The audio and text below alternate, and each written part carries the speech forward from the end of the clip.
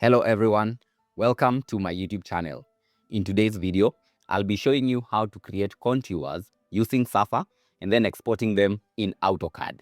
Now, I have a cadastral boundary here defined by A1, B1, SN16 and SN17.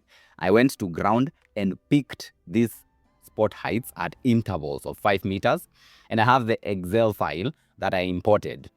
This is the Excel file of defining this area, and it is arranged in point, northings, eastings, and these are the heights, and the description is spot heights.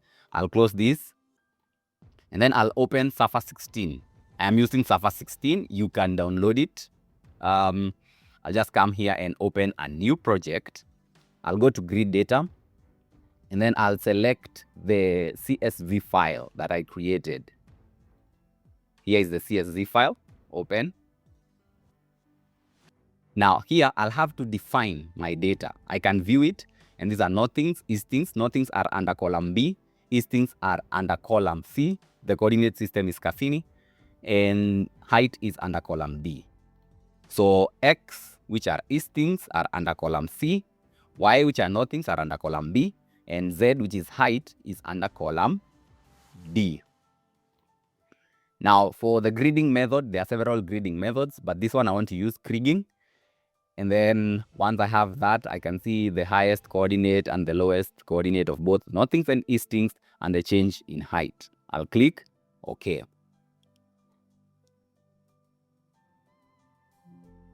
This will create a spot height.grd file. Now I'll go to contours, new contour map, and under my folder, which is contours desktop, I'll have this file created, which is a .grd. I'll click this file, open. Once I open, a grid map will appear showing the northings and the eastings, change in northings and change in eastings, and the grids therein. And as you can see, the grids are already labeled. For me to edit this, maybe I can change the interval or maybe smoothen the contours more than they are. I just click here under map. I do not want this axis. I'll untick it. Same with the left axis. You can see changes here. Top axis, I'll remove it, and bottom axis, I'll remove it. Once I remove this, I'll click on contour spot heights.grd. And from here, there are general settings that you need to do. For example, the smoothing, you can make it either medium or high for your grids to be more smooth. And then I'll go to levels. The minimum contour is 1507 and the maximum contour is 1519. I want my contours to be 0.25 so that they can be closer. You can see the changes on the grid. If I put 1, you can see how 1 appears, 1 meter, 0.25, that is how the grid appears. I am satisfied with how this grid appears, and I'll export it as a DXF file. So I'll go to File, Export, and then under Desktop, Contours, I'll just name this Contours 0.25 meters interval. Save. Okay. If I go to my folder, there'll be a DXF file.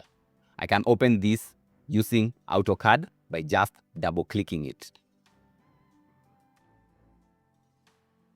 For ease of operation, I'll save this, save as. Then under contours, I'll just save it to change it from DXF to DWG. Now this is a DWG file, can zoom to extents.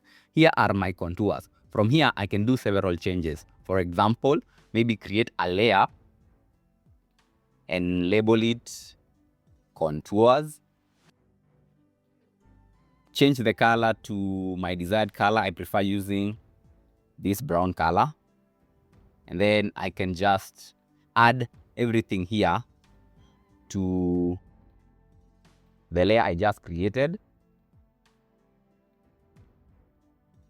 and change the color of these lines to be the color of my layer. So properties, color, by layer.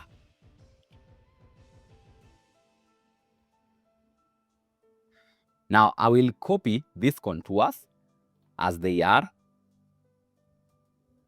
Copy. I'll go to my cadastral boundary file and paste to original coordinates. Here are my contours, but they extend far beyond the area that is defined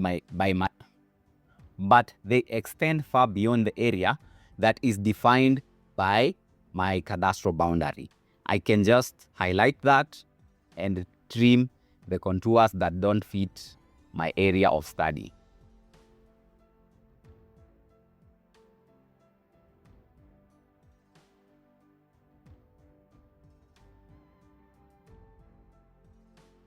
There you have it.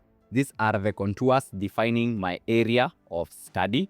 If you want to add more labels, you can click on any contour line and go to properties, and you can see the elevation of the line under geometry. And then you can add by adding text. That is how you create contours from Surfer and add them to AutoCAD. Thank you for watching this video, and see you in the next one.